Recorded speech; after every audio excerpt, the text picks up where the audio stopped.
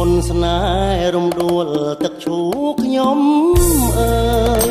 ពើពេញក្រមុំទៅហើយកែវឲ្យអូនល្អម្លេះណា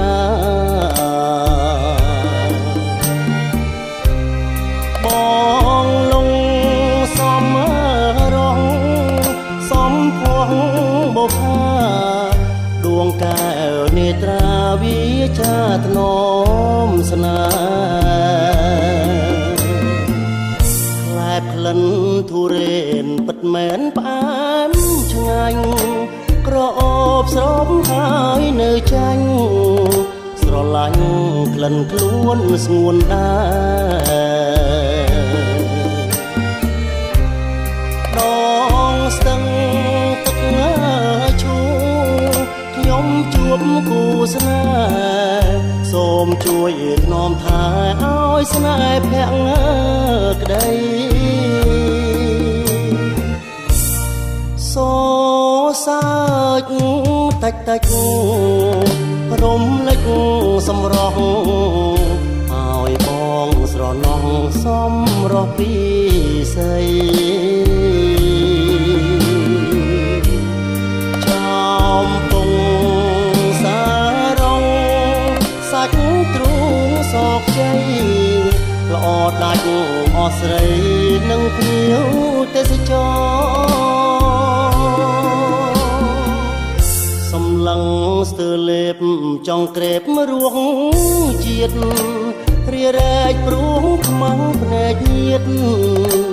នៅវៀតងូតទឹកឈូឆសាច់រំដួលស្រីមួយថ្ងៃបីពព្រឹកថ្ងៃល្ងាចក៏សោហើយក្រ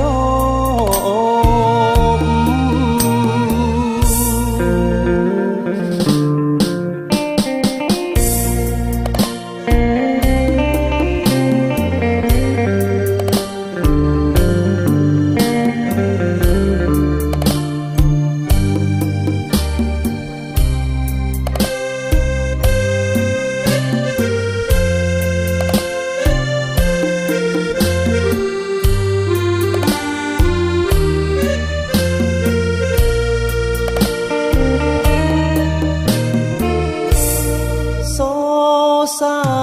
ចតិចតិចរំលេចសម្រងឲ្យបងស្រណោះសំរស់ពីស្រី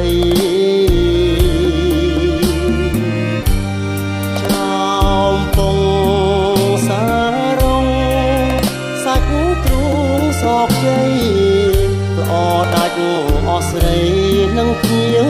ទេសចសម្លឹងស្ទើលេបចង់ក្រេបរួងជាតិរារែកព្រួងខ្មាំងភ្នែកញាត